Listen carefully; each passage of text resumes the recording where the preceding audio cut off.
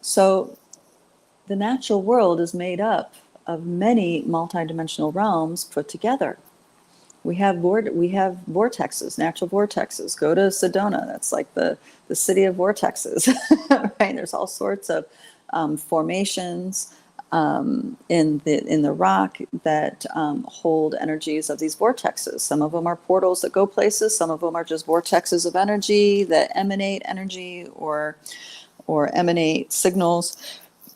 There's lots of narratives about the Sedona frequencies. But these portals and vortexes exist everywhere in nature, not just Sedona. So where I'm at now in Mexico, this is a massive vortex where I'm at. This is a massive vortex of what many have described as masculine energy. Okay. So there is interdimensional qualities that nature embodies and also becomes imbued. So that means these other nesting dolls, what are they? So there's collective fields, right? So that's where we have consciousness grids. Consciousness grids are held and maintained within the natural world. Also, the less than natural world, we'll say, the technical world as well, but it feels very different. The kinds of consciousness grids that are held and maintained by nature are very soft and nurturing in general. There are places where there's been terrible massacres and bloodshed and atrocities have happened, but that is an abuse. That is a hijacking of those particular vortexes / consciousness grids. Okay, and they are done purposefully. Anytime you have a very powerful vortex, you will look in history and see that there was massive bloodshed over and over and over again at those vortexes. Great examples, the Middle East. The Middle East there's so many, oh my gosh, so many really potent vortexes, pristine consciousness grids, and stargates there. You can see why it's an endless war. The controllers, or the ones that desire control, hold endless war in those areas. Another example would be, I don't know if you guys remember the whole Bosnia conflict. Everybody around the world was told a different story about what happened. In the U.S., we were told that there was ethnic cleansing going on, and that it was the specifically Serbs ethnically cleansing the Bosnians, right? But really, and I find this out having gone there and spoken. Our host grew up in that area and was him and his family were one of the ones that were forced to flee. The story that he told us. So number one, we weren't told that Bosnia is primarily a Muslim country, because it's part of the Ottoman Empire, right? It was, and that Serbia is a Catholic country. So this was Catholics killing Muslims. That's what that conflict was about.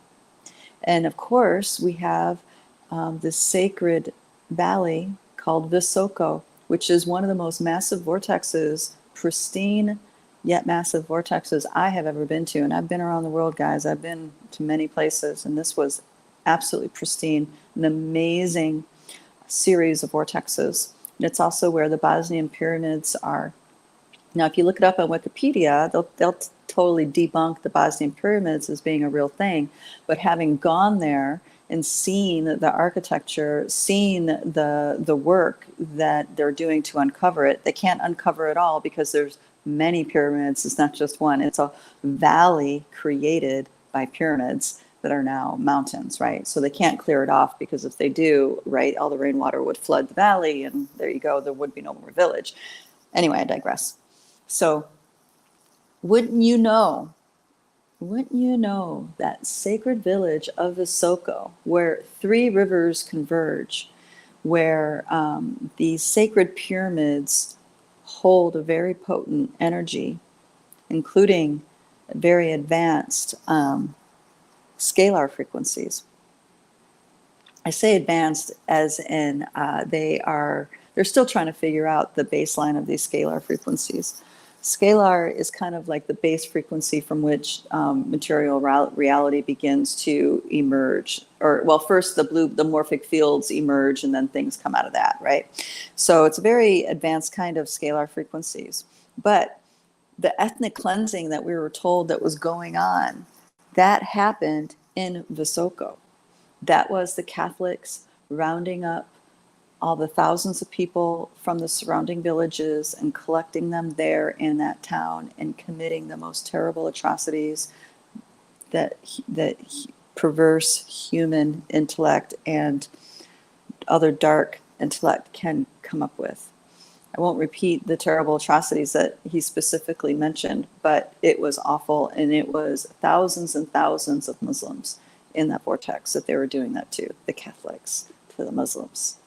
You've got to remember that narrative, because the battle between Jewish and Muslim, Catholic and Muslim, it's all an orchestrated narrative to keep people away from their true nature. The true nature is that everybody that lives in those mountains have the same lineage, have the same ancestors, okay? They have been living in that area for tens of thousands of years, and they come from the same people. But that's not the dominant narrative. Instead, it's the divisive narrative, the religious narrative. I digress, so let me get back to.